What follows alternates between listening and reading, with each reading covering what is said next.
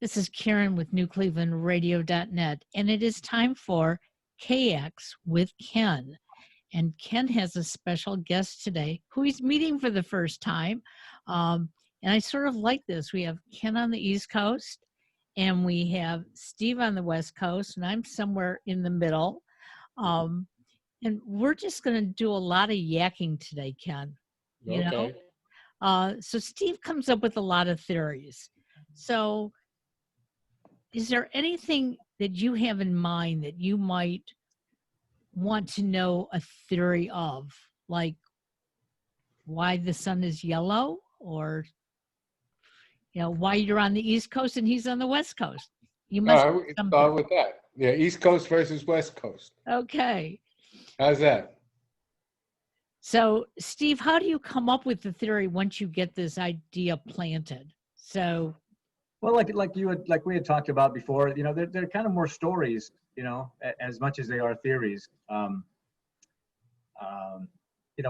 read something in the news, or I'll somebody will say something on the radio, and whether it's about baseball or whether it's about coffee or pie or toilet paper. I mean, I have an opinion about things. I have an idea, and then I just kind of expand them into a story. If I want to say what my opinion is, I feel like I need to come up with a beginning, a middle, and end, and just make a complete thought of it, rather than just say, well, I think, this is how things should be.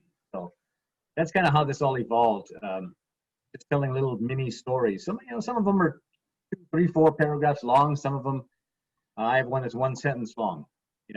So it just varies depending on what it is and how emotional I feel about the subject. Have you found anybody like object to your theory, or think that it makes no sense? I'm sure. I've had some family members even make some comments, and once you put something out there, everybody obviously has the right to comment on it, and they'll say, yeah, I felt the same way. Some people say, no, you don't know what you're talking about. It's like this, it's like this, and I mentioned in my introduction, before I write anything down, that nothing I say is earth shattering. Nothing is meant to be profound. It's just my thoughts on things. I've had theories for a long time and never really talked about them, and now all of a sudden I am. So I'm not saying that I'm right and you're wrong. This is just how I feel about what's going on in baseball. This is how I feel about censorship. It's just what I think about it. And people will disagree with me, and that's fine. They can. That's all part of it. If it invokes discussion and somebody actually it's thought provoking, and somebody actually comes up with an idea of their own, that's great. That's great. So, Ken, you're a writer. When you come up with an idea, okay, you must have a theory behind why you want to write about something, correct? Or am I wrong? Well, I'm never far away from understanding behavior and mental health, and why people do what they do. I mean, you can't be a therapist for 50 years and then all of a sudden not know what makes people tick. And so I usually like to look, in therapy, you peel the onion, you get from the outer layer to the inner layer. There's a theory, outer layer to inner layer. I was just thinking, we started talking before about just the first thing through my head was East Coast versus West Coast, and then I thought about like Steve, what is my opinion? And do I match with the people around me? Is my view common? Is it rare? Is it unusual? Whatever.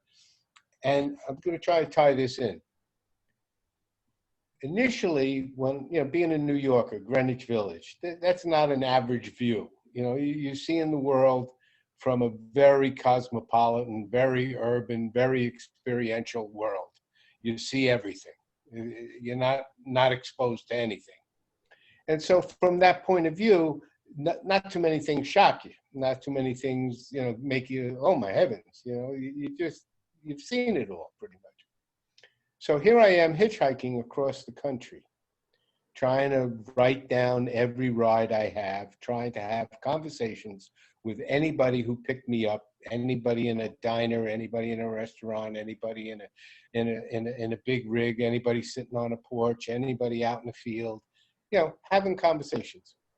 And coming from New York, I thought my view, my normal, everyday, straight view, was kind of commonplace. And as I started to travel the country and I got more into the middle of the country, my views got a little more radical. The views of people that they had about me was that, well, I never thought of it that way. And I never saw that. No, I don't think that way about those kind of people. And it was really weird because in the middle of the country, it was like, I'm a foreigner here. I'm out of step with the local talk. I could offend people with the way I think. And the further west I got, by the time I got to California, I was back to normal again. Because everybody out in California, in San Francisco, understood exactly what I'm saying. They had the same kind of experiences to me. So the East Coast, West Coast, I mean, they were the same. What was different was everything in between. Sure. And you're a modern day Jack Kerouac then, right? Yeah, I wrote my first book dedicated to him. So it was like, as a young man, I had to get on the road. I had Woody Guthrie in my head. I had all the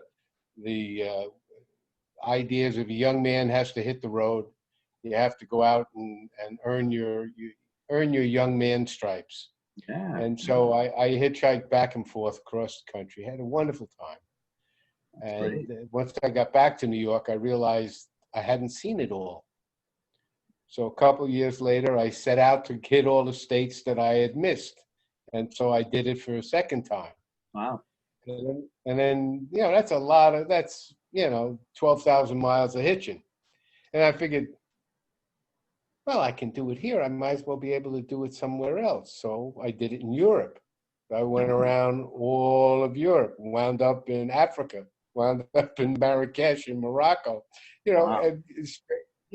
and then, whoa, hey, there's South America. What about Brazil and Argentina, and so getting a lot of experience out there in hearing people's opinion. I've always been fascinated by conversation. Karen knows that my theory is pretty much that any one conversation at any point in time is capable of changing your life. It just depends on how open you are, who you meet, and what your question is. Because sometimes somebody can answer your question and put it in a perspective that they understand who you are and where you are in your life and what your next step will be. And they can then guide you. And in many ways, that's what I did in my office. So it's always this, fork in the road, like Yogi said, take it. Yeah. That kind of reminds me of something I wrote a while back called Alone But Not Lonely. And I was down at the pool. Our complex has a pool and a spa. So I was sitting at the spa, and this guy came in to barbecue something. So I was in the spa sitting there, and then he was barbecuing something, smelled great. And I was by myself. And so he did his thing, and, maybe 20, 30 minutes went by, and we didn't talk. But then as he was leaving, he turned and looked at me, and he said, you're by yourself? And I said, yeah, He said, well, are you like single? I said, no, I'm married. I just come down here by myself sometimes, just relax. And he said, just by yourself? You're not lonely? Just being out here by yourself? I said, no, it's relaxing. My wife is doing something else. She likes to go out and do things. Sometimes I just come out here by myself. And he kind of looks at me and thinks about it for a bit, and then just walked away. And I thought about it for a bit and kind of reiterated that in my own head, that, yeah, you can be alone, but not lonely necessarily. And I think he got that. You know, as he was leaving, he kind of hadn't thought about that before, and didn't, and just kind of walked away thinking about it. So yeah, it's interesting that sometimes that happens. You know. Yeah.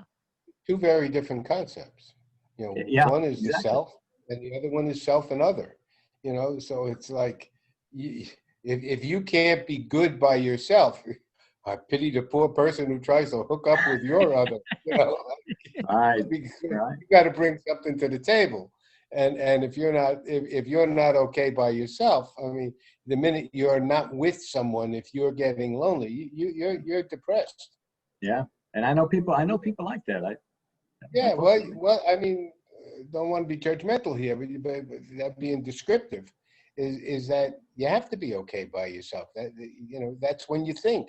You know, when Bill Gates was staring at his computer, I don't think he was lonely. You know, he was figuring it out. You know, like, No. you know, you got to be okay. All writers, maybe that's my bent. If you look at all writers, they're extremely possessive of their alone time. They don't want people infringing upon their organizational, thought-provoking idea setting, you know, where you go through your whole mantra of what you're trying to say, and you have to get to your voice inside, and you can't be disturbed. It's just not, it's not possible. You know, people don't write in a crowd unless you're an experienced writer and you got a lot of Zen training and you can, you know, tune it all out and get in there and do it. But they're very, very different concepts, alone and lonely. So, very much so. Well, you know, on this subject of being alone and lonely, there's so many people for the last year who are dwelling on the fact that they're alone, even when they are possibly in a house with a spouse, significant other, kids, other people. And yet, because of, you know, the lockdowns, they see themselves as being all alone. And I hear it with many of the people who are responding to our podcasts. Yeah. Oh, I'm so glad I listened today because I was all alone. Well, my husband was cutting the grass and my kids were doing their I homework. think they're using the wrong word. Yes, exactly. And yes, you know, you can be lonely with people or you can be lonely. There's that whole thing about being alone in a crowd. I mean, everybody's alone everywhere. But if you're alone in the crowd, it means you're lonely, you're unconnected, you're not with the experience that's going on, you're detached from it. And people that are detached from themselves or from others, you know, usually have some kind of an issue. Absolutely. Because I think we all need the hugs, we all need praise, we all need adulation, we all need connection, we all need feedback, you know, and those that don't, I think, you know, either are super walled in, that they're, you know, you look at what happens to people when they're in prison, they psychologically adapt to the aloneness, and their concept of time changes, and lots of things happen. Can you imagine if you're lonely and living in a cell? You know, you hang yourself. Yeah. That has to be devastating. You know, one of the reasons, Steve, that I wanted you on today, when you wrote theory number 36, Americana, about your nieces, you were watching a movie with them, and they had no concept of music or people from the past. And today, my husband and I, we were driving and something came on the radio, and the two of us both evoked memories at the same time. Totally different memories. But what a conversation it created. But I go back to what your nieces, they were just totally oblivious, like so many young people today. They're not connected. They're only connected with what's happening now. So when you wrote that theory, did you share it with them? I haven't yet. No, Okay. no. I mean, this just happened, and I had, you know, I mean, some of the theories I have, I've written months and months ago, and other ones I come up with on the spot, and I send it. And it varies what I send you, either old stuff or new stuff. This was brand new, and I had just written it. It just happened. I just sent it. So I don't know. I mean, I kind of assume that people in my family read my stuff. I don't think as many do as I think do. So yeah, no, I haven't shared that with them yet. But hopefully, when I do, they won't be offended. At the end, I tried to make it seem that I wasn't millennial bashing, which I have done in the past. But I just wanted to teach them something and remind them that that it isn't all about now. There is some to our history, especially not just American history, but Americana. I think is a little different. It's what makes us who we are, and When I thought they'd when be interested. I live in Mexico 4 months of the year. I live in a small town in southern Mexico by Guatemala, up in the mountains, and it's a very, very old pueblo and very family-oriented town, very artsy, craftsy, lots of expatriates there. And we mingle very much with the Mexican community, once you learn the language and you get, and it gets me when I see the young people and I ask them, do you know who Bob Dylan is? And they never heard of him. And it opens up like a whole world for me about the education I received from Bob Dylan, just through his poetry, his music, Right. who he was, how he represented America, what he said about it. When the stimulus for me here is Americana, is like he represents that to me. Right. And the other one that I get wild when they don't know who he is Muhammad Ali. Wow. Can you imagine not knowing who Muhammad Ali is? Wow. And if you don't know who Muhammad Ali and Bob Dylan are, you are missing so much of our humanity, of people who know what it's like to fight battles, to stand up, to have character, to create something. Dylan created all kinds of poetic revolution and social revolution with his songs, and then radically changed music, changed from folk guitar to electric guitar. And look what Ali did in the world, went around and represented, himself in his battle with the government and what they did to him. Right. So it's like, there are icons that you can have that are teaching tools, that when you run across somebody, you can go right into your teaching bag and say, well, listen, here's a book, here's a website, here's it. Look up, and I'll meet you next week and tell me what you learned. Right. Then Right.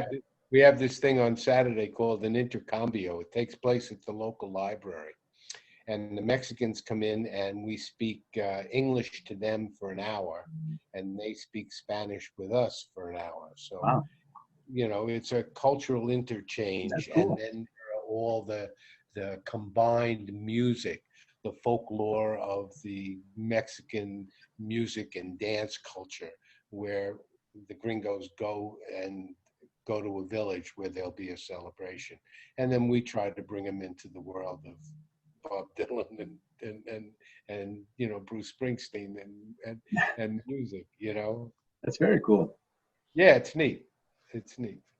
Well, what scares me in this world, if we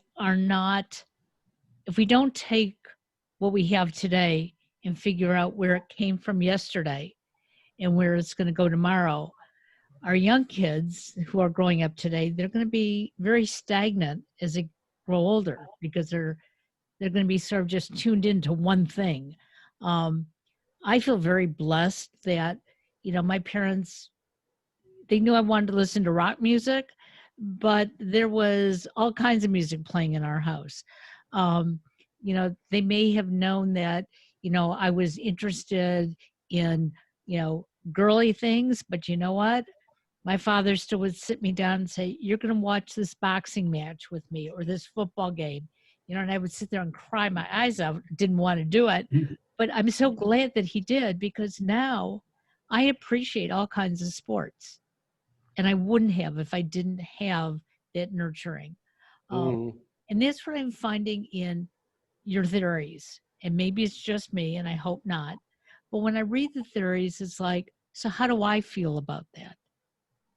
And it gets me to start a conversation with other people. Um, and that one on Americana surely did it for me. I was at work a couple weeks ago, and the average age of the kids that I work with, and I'll call them kids because I can, they're like early 20s. Right. And we were talking about Americana, but this was right after, you know, the date of Kennedy's assassination. And I said, so did you guys notice that there was no real production this year about Kennedy's assassination? And they looked at me and they said, what Kennedy are you talking about? Oh my And God. boy, did I, number one, I felt Wow. old, but number two, I thought, that's been a part of our history for years. But this is the first year that the news media was so busy with so many other things, Right. we didn't talk about it. Right. And it's sort of sad that our, so many young kids today, they knew what was going on today, but they didn't know what was going on 5 years ago, 10 years ago. Or I don't I'm remember. concerned that the kids don't know what's going on today. I really Really? see it as unread and myopically focused either on some video game or some, small nuance that gives them some life. But I don't think they have the type of broad-based experiences that we had as a kid. It wasn't, yeah, we had to search stuff out. You didn't have 250 channels. You didn't have immediate access on a cell phone to the world. These kids have way too much. And what you tend to do is put up an umbrella to block out everything that's coming in. And with us, I had channel 2, channel 4, Right. channel 5. Right. It was 7, 9, and 11, and that was TV, And you had to walk up to it to change them. Yeah. That's right. And then play with the antenna. Yeah. And the aluminum foil. Oh yeah. Oh yeah. Yeah, the old man came home with a color screen. It was on the bottom, it was brown. In the middle, it was green. And on the top, it was blue. And he put it in front of the TV. He said, look, we got color TV. Man. Those were the days. But you know what? I think most of us really appreciated what was going on around us. My father would read the newspaper every morning, and then he'd go to work. But when he came home at night, he didn't sit in front of the TV to watch the news, but he would tell us at the dinner table everything he had read in the newspaper that morning. And I would sit there like amazed, like, how do you remember all that? I can't even remember what I read in school today. And you can, Right. but we were getting our education at dinner about what was happening in the world, but not in a frightening way, in a way that we had to visualize it. Right. And not visualize it the way the media was. Yeah, it meant something to him, so it was important to him, and he felt it should be important to you guys too.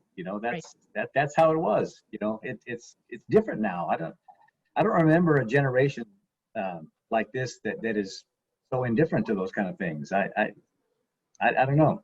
I don't understand it. I mean, Ken's right. It's that instant access to information that kind of spoils people, or them at least. I mean, they can find out anything. They don't have to research. They don't have to. I mean, somebody told me the other day, yeah, I've researched, this and this. And I said, well, did you research it or did you Google it? And that's what they do. They Google it, and that's their research. They look at Wikipedia, they read it, and now they know. Now they know everything that they need to know about any given thing. Well, I want them to know Wikipedia is not always true, because there's an article out there about my one brother, and 50% of it is false. Wow. And he's gone in and corrected it, and whoever put it out there in the beginning keeps going in and changing it. Oh, So, wow. please, Wow. when you Google something, you better then do some research on what you just Googled. I was a little bit encouraged with the young generation around this year's election, that there was some energy and some Yeah, caring and true. some activity out on the streets. I mean, for me, a child of the 60s, which was, we were marching every day. I mean, we had the war in Vietnam to stop. We had civil rights after the riots in the mid 60s.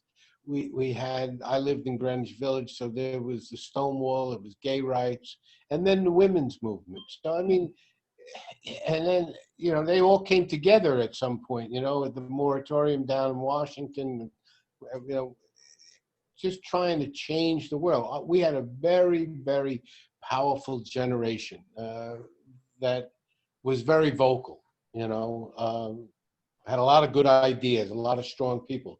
Unfortunately, I think it missed its mark because of all the drugs during that time. Free love wasn't the greatest concept in the world, but change the world was, and I see now with the kids, active or not active, money or freedom, or change or not change, status quo, whatever. I was very concerned with that me generation, where all they wanted to do was go to Wall Street and make money and get a big house and get a bigger Beamer than the next guy. And that generation really failed to move the torch along. The torch gets passed from one generation to the next. Here we are.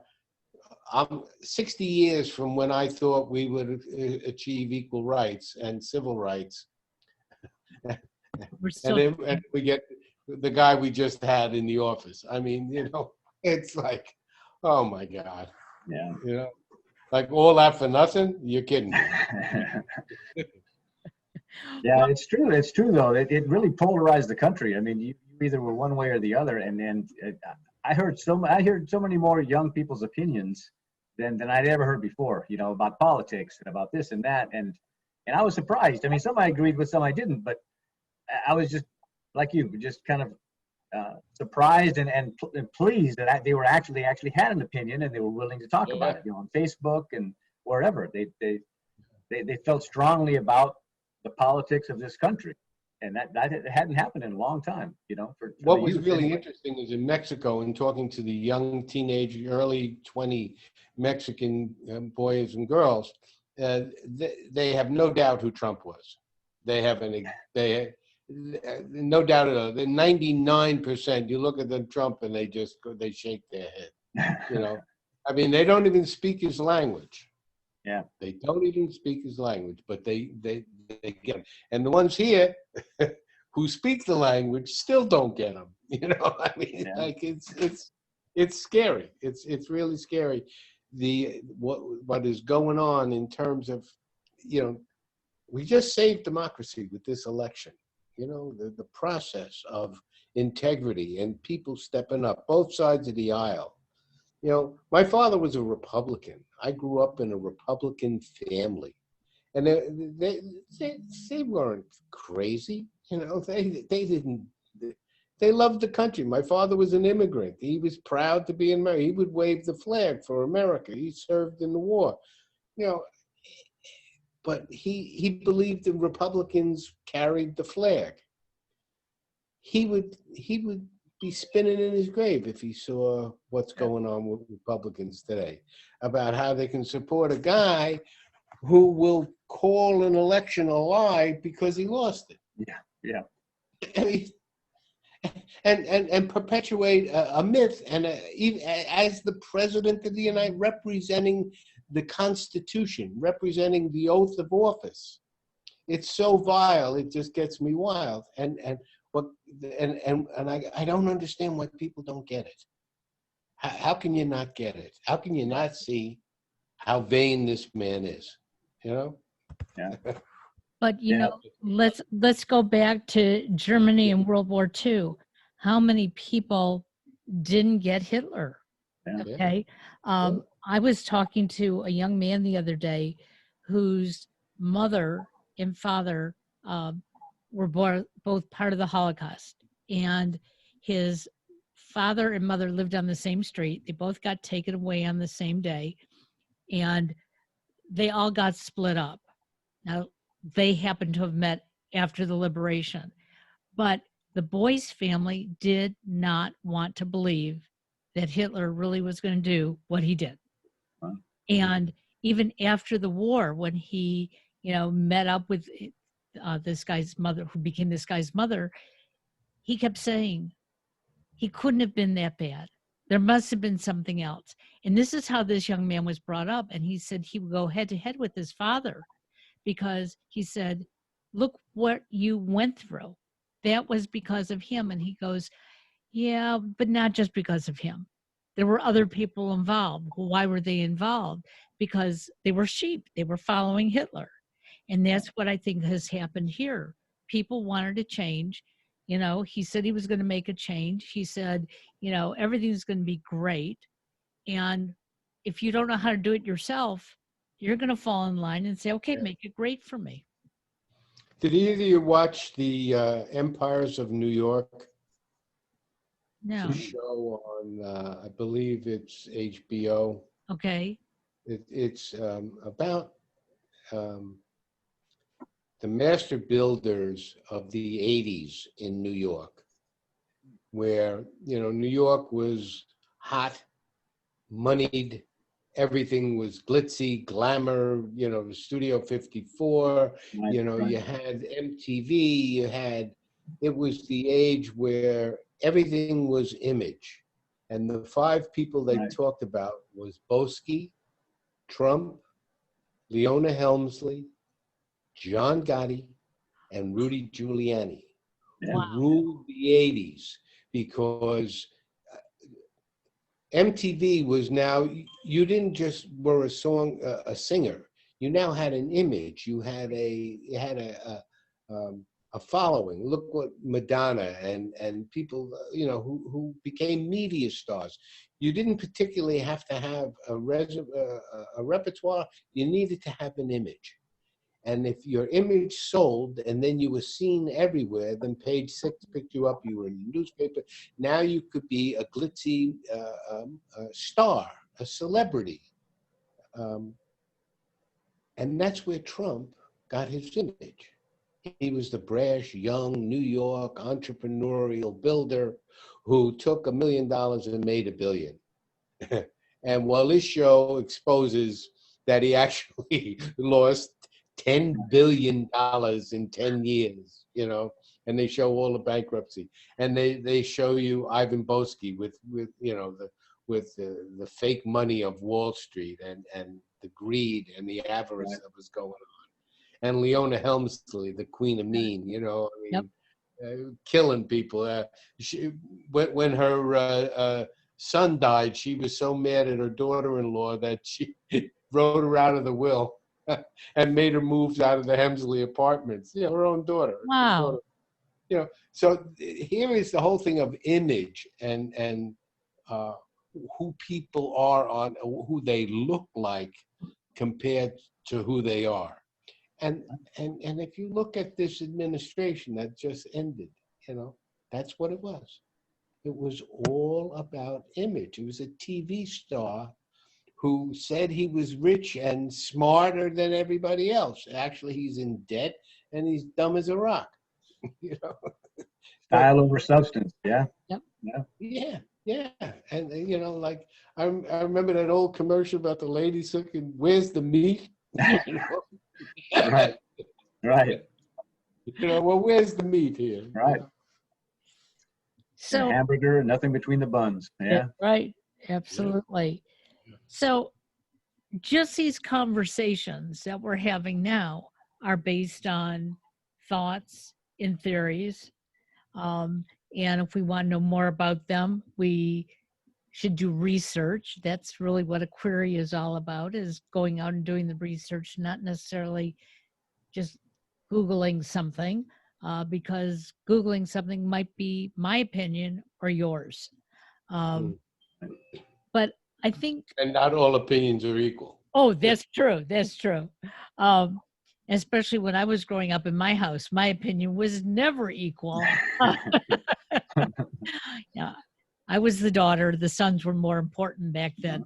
But um, I think the concept behind your stories, Ken, and Steve's theories, is an avenue that all of us need to explore. We need to go back and look at the past and bring it to the present and figure out where we go from here. And Yeah, well, that's what Santayana said, right? I mean, if you don't learn from the past, you're going to repeat it. Yeah. men- My whole thing changed when I got to Columbia. Everywhere in my education before that, I was always asked, did I know my material? And I would be questioned on the material that you were supposed to read or supposed to do, and that was the linear process. But when I got to Columbia, everything changed because the expectation was that you knew the material, that you had read the material before you went to class. And class was about your opinion of the material, to which you had to be well-versed and be able to make a cogent presentation. You had to have your facts and ducks lined up in a row so that you could argue with people who knew more than you. And that was the idea, is get to know how they got to where they got. And so the process, it was so overwhelming. You know, you go in a little library and you got Homer and you got the name, and all the names are up on the, and there's 2 million books inside, you know. And you say, well, listen, if I read 5 books in this course and 4 in that course, I'm going to read 20 books this year. You know, that's not going to take up more than, you know, a half a foot in this library. You know? Right. So you get a perspective of what knowledge is all about, and what your opinion could be if you did your homework. absolutely. And that's been basically trying not to talk about things I don't know about. You know, learn about something and then you can talk about it. So, Steve, where do you want your theories to go? What is your do you have any expectations? Well, I want to keep writing. I've always liked to write. I'm a math and science guy by nature and by my education. But I've always liked to write, and I've always loved words. Have you written any books? No, but I have a new theory coming up that I've written. I haven't posted it yet, but I think I'm going to turn it into a book, a small one. I call it Everything I Know I Learned from the Classics. It's kind of one of my hobbies is reading classic literature. Again, being a math and science guy, you know, studied physics in college. There wasn't a lot of time for lit classes, so I kind of read on my own. But I love classic literature, and over the years, over the decades, I've collected a lot of quotes from different authors and different books, and you know, on you know, myriad topics, and so I saw it kind of, you know, and I put them in a theory. So I mean, I'll probably post a theory in a month or so, but I thought about, you know, the concept isn't new. You know, that there's Everything I Knew I Learned from Kindergarten. There's a book, Everything I Knew I Learned from the Little Golden Books. There's a couple of things out there like that, but I kind of wanted to put this together in book form, and every page would be an emotion or a feeling, or, you know, this is why I like cats. You know, this is why. You know, meat or chicken, you know, the shore or the mountains, you know, those could be great chapters that just would flow right out of you. Right. So that's kind of, I'm thinking about that. You know, I would like to keep the blog going, and like you said, maybe start, maybe not a podcast per se, like Ken, you know, a full blown podcast, but narrating my theories, maybe with a little blurb at the beginning of how I came up with it, what I was thinking at the time, and Mm. so things like that. I mean, I don't know beyond that. This is really new for me. I've never done anything like this before, and I've only been doing it less than a year. I think we started early 2020, and I've got a few more months of theories in me. So we'll see where it goes. We'll see where it takes me, but I'm enjoying it. One of the things that I find with our podcasts and with the writings that you're doing, it opens up doors for conversation, which we need, which many of our young people, their conversations, and I love when they tell me this, oh, I talked to, my girlfriend yesterday. What did they do? They text. Okay. Right, And they're right. texting in, a language that I can't even understand. And I look at them and I go, but what about a conversation? You have FaceTime, you have Zoom available to you. Okay. If you can't be face to face other than that, have a conversation. Watch somebody's facial expressions. Watch to see if they're really listening to you and hearing you. And talk about these things that can grow from, A and B all the way to Z. Mm-hmm. And that's one of the things that I notice happens with Ken and I on his show. There, sometimes he'll say to me, what are we going to talk about today? And I said, don't worry, we'll wing it, like you said in the beginning. And one word turns into many. And it helps us, there's something they can take away from all of these podcasts. Yeah, the problem with texting is that you text, even if you have the exact same conversation in a text that you would face to face or over the telephone, there's a lag time in between. Like I'll say something, maybe ask a question. It could be 5 minutes, 10 minutes. That person has to think and maybe do this, maybe do that, and then respond. Or it's not spontaneous. You don't get the response right away that you want from people. A back and forth conversation. It's too easy You miss the emotional tonality in text. You miss the context. The nuance, the look in the eye. You can't tell a joke in text because right. Exactly. Yeah. Or somebody tells a joke and then you say that you're laughing. Oh, LOL, that was hilarious, and you're really thinking this guy's an idiot. I didn't think that was funny at all. And you can get away with that kind of stuff with a text. Yeah. So, absolutely. Well, this to me was a lot of fun. And Ken, like I said, you're never for lack of words. You've got a whole head full of stories. We haven't even begun to uncover your stories yet. No. Talk about conversation.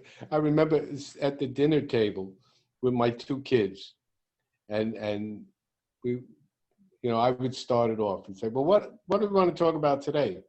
And they would look at me and say, "Dad, you talk to people all day long in the office.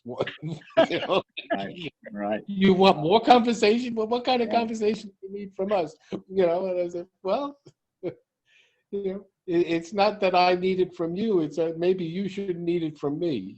Right. And there's some information that's in there, and that I want to make you motivated to find out what it is." Yeah, they need it. They need that. They need that encouragement to get it out. That it's. Yeah. It's really lovely that my daughter's 33, and she calls me up and she said, "Dad, let's have talk time." Well, there's a successful parent. Yeah, absolutely. She calls up and says, "Let's have talk time." Wow. It's like we used to always just go into a room, lay down, look up at the ceiling, put the lights down, and talk to the ceiling. And it really opens you up because you're not bound by who you're looking at or whatever, and you can just let it out. It was almost like being on the therapy couch, Yeah, very therapeutic. There's nobody in your space, and you just and we used to have these great conversations. We used to call it the peel the onion conversations. I like that. We start on the outside and you wind up on the inside. That's great. Yeah. And she remembers. Obviously, she remembers. She wants to keep doing it. Yeah, and still likes it and still needs it, you know. Yeah. And probably going to pass it down to her kids too. I mean that's Absolutely. Well, no wonder she wound up being a therapist, you know. yeah, yeah. There you go. Well, it's good that it runs in the family, Yeah. because we all are in need of conversation, therapy, support. Um, Nobody gets through this life all alone. Um, and we got to remember that when we're walking down the street and we see somebody who's alone. Yeah. We may not be able to do a lot, but we can, sort of pull our mask away and smile or wave or say something. I'm sensing with people a lot more optimism now as we come to 2021. You know, people are looking for, you know, the end of COVID, the end of Trump, you know, the beginning of getting back to normal, getting a normal people back in charge of government, getting things to work again, you know, not having to be embarrassed, join the world again. You know, it's like looking forward to people being able to travel and go out again and dance and just hug one another. It's, you know, we've been through hell this year. It's Yes, been we a have. really deprivation year. And I'm quite encouraged about, you know, looking forward about how it's going to be. And I really think that's both parties too. I think it's both sides. I think everybody's due for a change. You know, I Yeah. mean, they're just ready. We're just Yeah. ready. Well, I want to wish both of you good health as we go you. into the holiday And season. Happy Hanukkah. Happy Hanukkah. I have to make some more potato latkes. Yeah. Make sure you make a dozen. That wasn't enough for you, was it? Dozen a day, Karen. Dozen a day. I may do it later today. We never know. But I may get one in the mail, right? Maybe a little. no, speaking about the mail, okay, I want to support the U.S. Post Office, except for the fact that my brother from California sent me a package, 2-day priority. Took 14 days to get here, and it was totally crushed. Wow. So I'm not supporting the post office right now until President Biden crushed your gets package? back in order. So no potato latkes for you unless you come visit me, okay? Okay. All right. Have a great day, everybody. Well, it was nice to meet you, Steve. Enjoy. I'm Thank very you. interested in your work, and I'll look up your podcasts and stuff. I'd like to see it continue. Appreciate it, Thank Ken. you. Thanks for having me on, Karen. Absolutely. As always. Take care. All right. Bye.